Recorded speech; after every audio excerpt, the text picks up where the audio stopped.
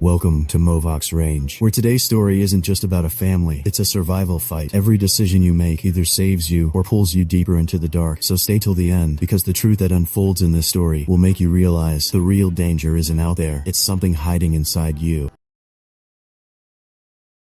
The film opens with Evelyn and her family, who have recently moved into this quiet town. Evelyn is a carpenter, deeply passionate about decorating her home. There's something intense within her, a drive to turn everything she touches into something beautiful. Her husband has landed a job as a supervisor at a construction site. On the surface, everything seems fine, except their son Ken is struggling to fit in, and slowly, something about his behavior begins to feel off. At school, no one seems to like him. One day, when a group of boys push him too far, he snaps. He fights back, all of them. Because of this, Ken is suspended for 3 days. Red is deeply troubled by what's happening. It feels like things are starting to slip out of his control. When he returns home, he finds that Evelyn has invited someone over, a man named Uriah, a friend of hers. Uriah can't speak, but he works as a spiritual medium, someone who can connect with spirits, with things unseen. His presence alone makes the air feel heavier, uneasy. Evelyn, who believes in all of this, wants to know, through Uriah, whether their house is free from anything unnatural. But Red has had enough. To him, it all feels like pointless fear, a waste of time. He loses his temper. The tension rises, and Evelyn is forced to send Uriah away. Sometime later, we see Red and Evelyn sitting beside Ken, trying to talk to him. But now, the tension between them is impossible to ignore. They ask him what's wrong. Ken finally opens up, says the other kids keep picking on him, that no one likes him. As punishment for what he did, they take away his video games. But at the same time, they can see it, the pain he's going through. And slowly, concern begins to replace anger. He's not entirely at fault. To lift his mood, they plan a trip for the next day. Ken is so excited, he wakes up before both of them. For the first time in a while, there's real happiness on his face. He runs to wake his parents. They get everything ready and head out for a picnic in the woods. Ken plays with his toys nearby, while Evelyn and Red sit and talk. Evelyn feels it. Something isn't right. She says she doesn't think Ken will ever truly adjust here. Red tells her to stay strong, even though deep down, he's worried too. He's just trying to hold the family together. Time will pass, he says. Things will get better, slowly. Then, Red surprises her. He knows how much she loves crafting. He wants her to feel alive again. He's built her an online store, a place where she can sell the things she makes by hand. Evelyn lights up. It's a rare, warm moment between them. They get so lost in their conversation, they don't even realize Ken is gone. And right there, the story begins to shift towards something unseen. After a while, when it finally hits them, they rush into the woods, searching for their son. And then, they see him. Ken is standing in front of a door that doesn't belong there. The air around it feels wrong, too quiet, almost suffocating. Even for them, it's strange. They've never seen anything like it before. There's nothing on the other side. No house, no structure, just a door, chained shut, as if it leads somewhere it shouldn't. Something about it feels ancient, heavy, made of thick wood. Red brushes it off, tries to ignore it, but Evelyn sees something else. She tells Red they need a door at home, and this one is still in good condition. She could fix it, use it. So, at her insistence, Red loads it into the car and brings it home, not knowing what he's really bringing with him. For the next 3 days, Evelyn works on it non-stop, day and night. There's an unusual intensity in her effort, almost obsessive. She removes the old hooks, replaces them with new ones, repairs every inch carefully. Then, she paints it, and just like that, it looks brand new. From the outside, it's perfect, but whatever lies within it is still there. Since one of their rooms doesn't have a door, they install it there together, and the very next day, things begin to happen. Strange things. And from this moment on, their lives are about to take a terrifying turn. It becomes clear that door is no ordinary door. But Evelyn and Red don't pay attention. From the very first day, they unknowingly ignore something that will soon turn dangerous. When Evelyn opens that room to grab something, a foul smell hits her, coming from behind the door. It's strange, like something rotten. She brushes it off. Maybe someone left dirty shoes in there. The day passes like that. And the next day, as Evelyn steps out after buying groceries, she reaches into her pocket for her keys. Along with the keys, insects crawl onto her hand. She freezes. Fear flashes across her face. In that moment, something feels terribly wrong. There's no way insects should be inside her pocket. She quickly takes off her jacket, checking where they came from, but the jacket is completely clean. That night, she tells Red. He shrugs it off, tells her not to overthink. Maybe Ken is playing a prank. He's still trying to normalize everything. Just go to sleep, he says. I'll talk to him. Evelyn tries to calm herself and goes to bed. But later that night, as she walks toward the kitchen for water, she sees a shadow, a terrifying shape in the dark. She screams. Her voice tears through the silence of the house. She turns on the light, and it's Ken. Shaken, she asks why he's still awake. Ken looks at her, scared, says he couldn't sleep. His voice trembles. I'm having nightmares, really bad ones. It feels like something is chasing me. Evelyn and Red go to his room, trying to comfort him. They tell him there's no such thing as monsters, that it's all just in books. They try to sound certain, but they aren't. After a long while, when Evelyn finally turns to leave his room, behind her, from inside that red door, a black hand slowly reaches out. She doesn't see it, but something has already begun. The next morning, there's a knock at the door. Evelyn opens it and finds Uriah standing there. He looks terrified. He can't speak, but his face says everything. His hands move quickly, trying to explain. Something is wrong, very wrong. Through gestures, he makes her understand understand. The house is no longer safe. Something dangerous has entered, something unclean. Either a ritual was done here, or something from another world has found its way inside. The air grows heavier with his warning. They decide to perform a ritual to drive it out. Dylan agrees. Uriah starts placing salt around the house, forming a circle. With every step, the fear deepens. He lights several candles, then asks Evelyn about the new door. She tells him they brought it from the woods, and suddenly, everything starts to make sense. That's the source. He takes holy water and pours it onto the door. The moment it touches the surface, the atmosphere shifts. The lights flicker, then go out. That's all the proof they need. Uriah urges them, get this door out of the house immediately. This is no longer doubt, it's real. That night, when Red comes home, Evelyn tells him everything. He hesitates, says he doesn't believe in all this, but if she's sure, he'll remove the door. Even then, something unsettles him. The next day, Evelyn goes to a nearby library. She starts asking questions about old stories, missing people, sightings of creatures, the forest, a mysterious door, anything, any clue that could explain this. The librarian says there's nothing like that, but there are stories about a well in the woods, a cursed one. And then, 20 years ago, several children from this town disappeared without a trace. Evelyn reads it, stunned. This isn't just about a door anymore. It's something older, something buried in the past. She returns home with copies of those old newspapers. That night, she tries to tell Red everything she found, every story, every detail. She wants him to understand, to take this seriously, but Red dismisses it, says she's getting too involved in ghost stories, spending too much time with Uriah. To him, it's all just fear, feeding her imagination. That's why it's stuck in your head, he says. Evelyn gives in and goes to sleep. The next morning, they wake up confused, uneasy. The door they had painted just days ago doesn't look the same anymore. All the paint has peeled off, fallen to the floor like flakes. It's impossible. The door has returned to its old state, as if something unseen stripped it back to what it really is. Evelyn tries to explain it away. Maybe the paint was bad, expired.